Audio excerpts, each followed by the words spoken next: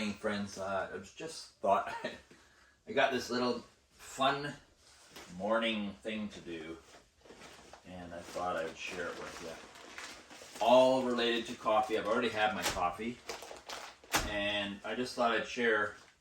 I've been using this since the summer, so I got this and more, and I packaged it myself just to keep it dry and, I don't know, bug-free. I don't think bugs would touch coffee beans, but I don't know.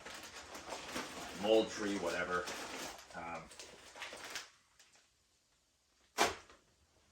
this is all called, it's a kind of coffee bean from Malabar in India called Monsoon Malabar. And the cool thing about this stuff, which I like, is it's no acidity at all, completely neutral pH.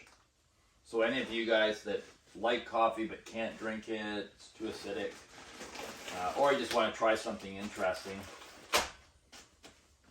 Monsoon Malabar is a very, very unique coffee, and it's not as expensive as some.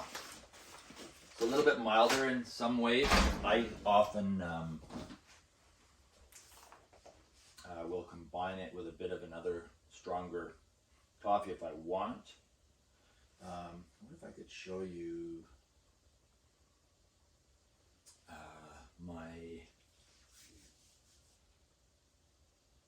where's my other coffee? Do I have it over here? Yes. Just to give you a comparison. Okay, where are we? This here is a black honey process coffee. This one's from Honduras. My favorite that I've had in the black honey process is nothing to do with real honey, except that some part of the process has a honey-like quality to it. So there would be more of an average color of coffee, and it's a bit heavier. So this monsoon process makes it almost yellow and a lighter texture. So just a little bit of kind of cool trivia info. I like these little sacks too. I get my coffee from all kinds of places. This one's Coffee Bean Corral, which my sister in Mexico first introduced me to. She sent me some as a gift. So I have I think 3 more bags of it in my trailer.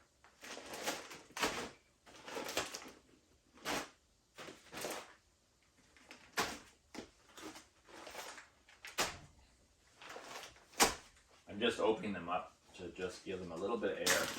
I don't know if it's necessary, but because I have them sealed, not in special coffee bags and stuff, I just figure, hey, what the hell. Green beans unroasted are in the right environment, cool, dry, dark place, should last for a year. That's one of the things that I love about it.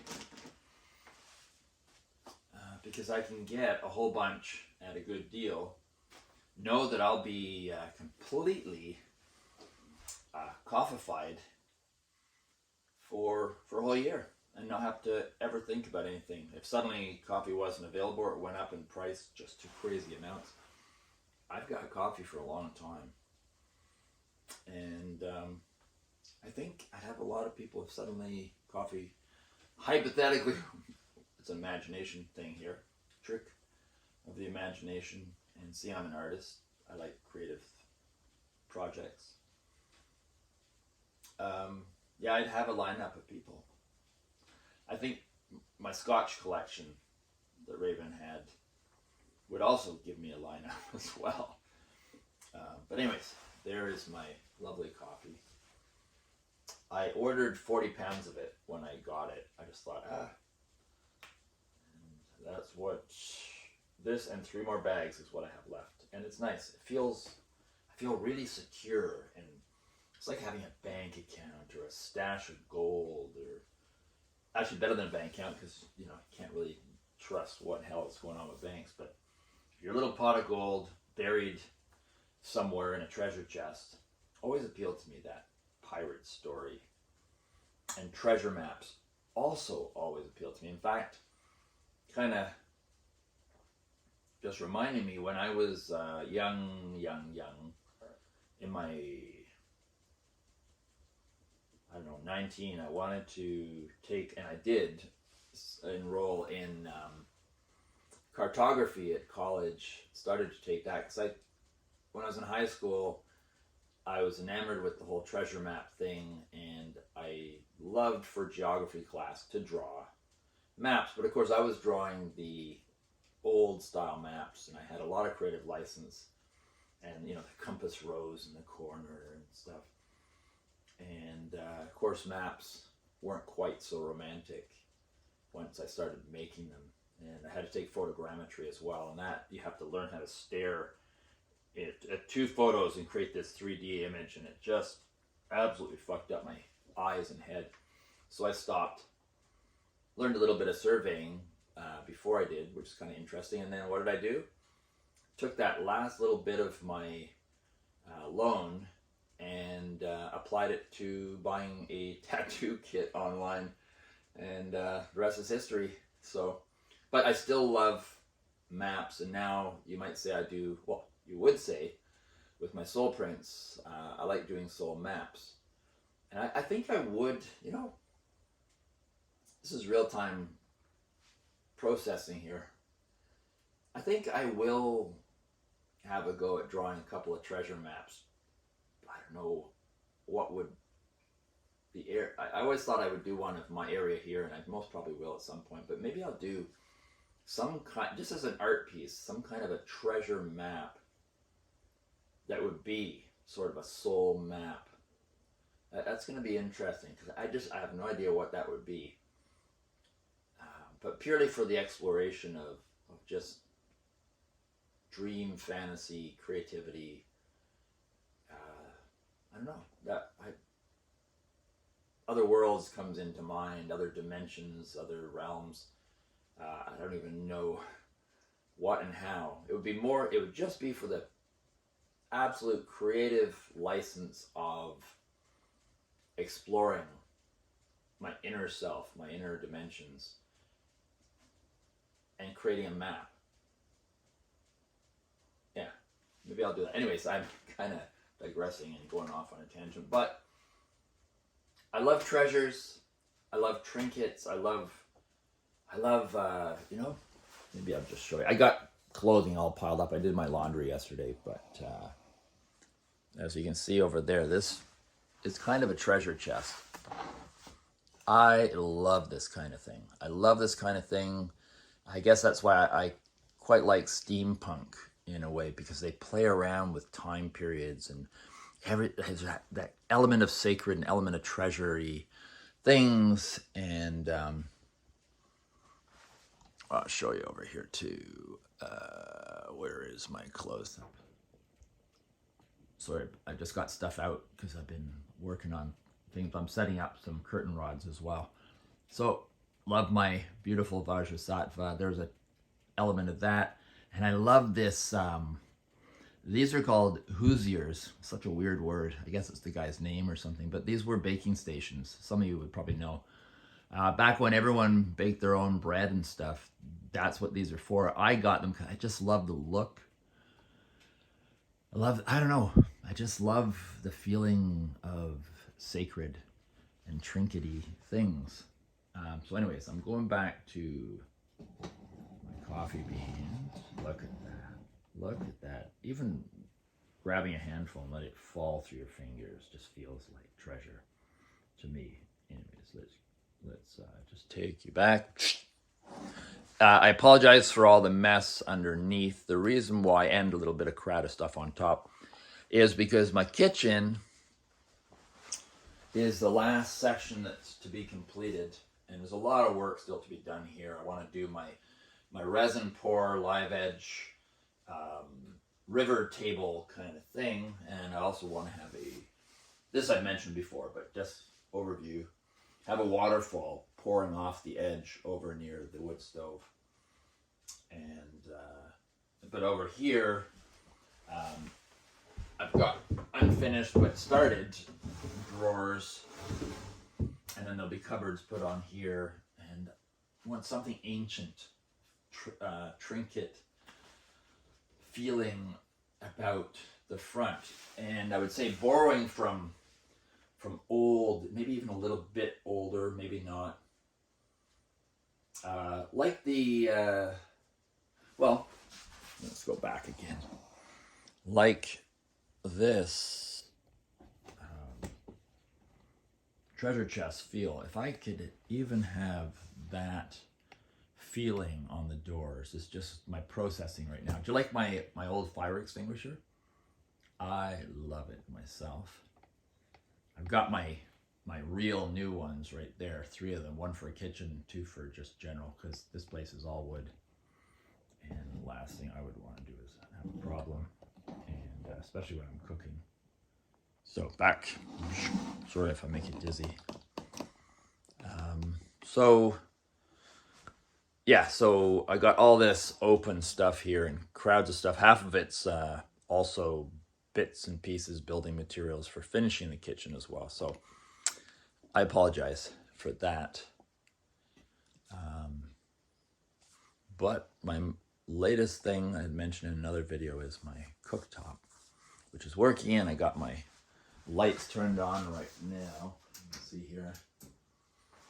And oh my God, what the crazy weather we're having. Like, look at this. There is no snow. And this is almost the middle of December, first third of December. So, you know, wants to know the beautiful view that you will and have had. I got a ribbon on that tree. I was not sure if it needed to come down, if I could save it. I'm trying to save it, see if it will be okay. It's very close to the house, but it's not leaning or anything. And if I can save it, it'll just be beautiful. But that's the view that you have when getting your Soulprint at my to-date ultimate Soulprint studio. Ah, there I am. In the mirror. Yeah. I love this studio. It's not finished, but I'm just so in love with it. I should let you guys know, I will be coming to a place near you in the new year.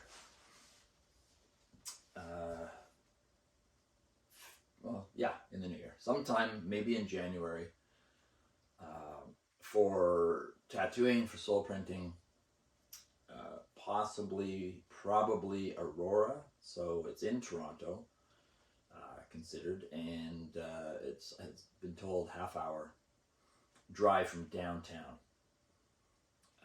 So if you're not able to come up here, although this is still the ultimate experience, if you're not able to, you can email me or messenger me just a quick chat, but ultimately email, or text, just to ask questions about the details. But I will be available in the new year, here and there, to soul print tattoo people out of Aurora.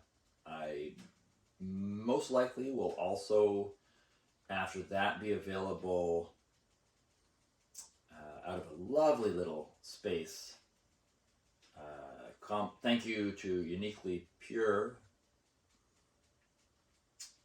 Kelly, who's offered me her little cabin just outside of Fergus. Actually, it's Bellwood, so back where I used to be.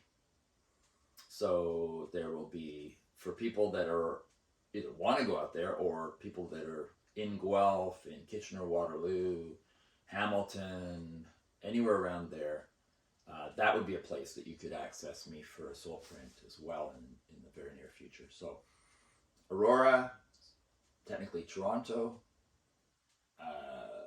Bellwood, basically kind of Guelph, Fergus area, and who knows after that. I don't have things lined up for Ottawa, which I was doing. So I may not, but that is a maybe in the future. Like I would consider it, but right now I don't have anything lined up.